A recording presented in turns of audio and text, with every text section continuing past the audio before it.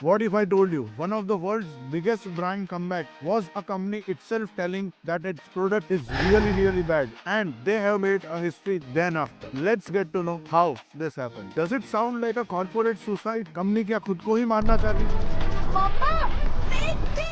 आपने ये ऐड तो देखा होगा, big big big pizza. IPL के टाइम पे बड़ी चली थी ad. Yes, I am talking about the brand that is Domino's. Let's rewind to 2008। Domino's का शेयर प्राइस $3 के तकरीबन पहुंच गया था and their shares were falling drastically down. Customer का ऑनेस्ट रिव्यू ब्रांड की तरफ ऐसा था कि उनका पिज्जा कार्डबोर्ड के जैसे टेस्ट कर रहा है, सॉस टेस्टलेस है और ब्रांड पे ट्रस्ट बिल्कुल ही खत्म है। So what to be done next? उन्होंने सारे ब्रांड टेक्निक्स अपना लिए थे, सारे PR stunt, ad marketing strategy सब कर चुके थे, but they were failing utterly bad. तो फिर उन्होंने शुरू किया अपने कस्टमर को सुनना। उनका real customer review and feedback method आया। उन्होंने कस्टमर से सुना क्या क्या उनकी प्रॉब्लम है। फिर जो उन्होंने किया, जिसमें कंपनी का सीईओ, कंपनी के शेफ और सारे कंपनी के मेजर लोग टीवी पे लाइव बता रहे हैं कि हमारा पिज्जा खराब है। Imagine the pizza company telling the truth on pizza on a television that हमारी product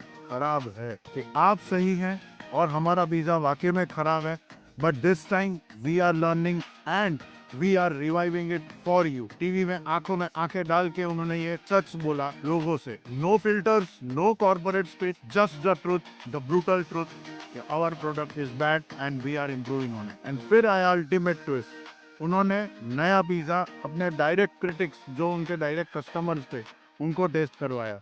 And then the journey begins. This trick or the gamble worked well for them and customer ने genuine review देना चालू किया। हाँ, ये improvement कर रहे हैं। This worked और सपोर्ट में कस्टमर्स ने उन्हें ऑर्डर भी देना चालू किया। यहाँ ये रुके नहीं। डोमिनोज जानता था कि सिर्फ पिज्जा बेटर करने से गेम चेंज नहीं होगी। उन्होंने पूरा कस्टमर एक्सपीरियंस पे नया वर्कआउट करना चालू किया and guess what, they really won. उन्होंने पूरी ऐप रिवाइव की, उन्होंने जीपीएस ट्रैकिंग डाला to let their customers know when will the pizza reach them.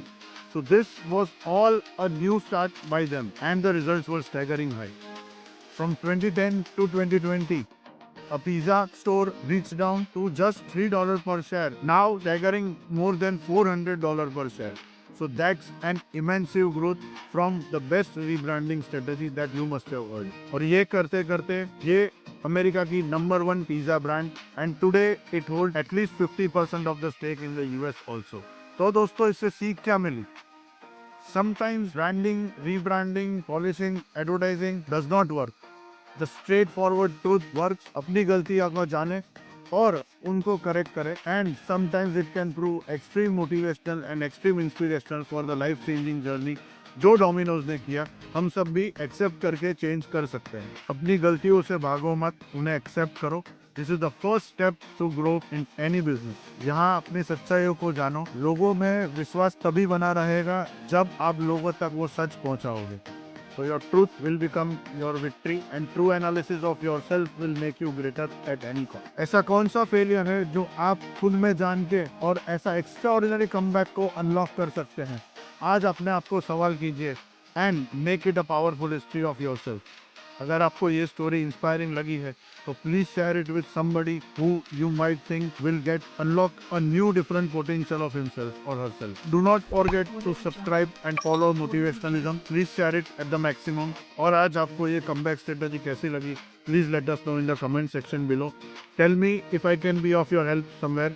कुछ ऐसी स्टोरी जो आप जानते हो मेरे से शेयर कीजिए, मेरे को इनबॉक्स में डालिए। I would love to research it and tell you guys more about it. Thanks for watching. I would like to hear more about you, but for that you need to subscribe and follow. Thank you once again.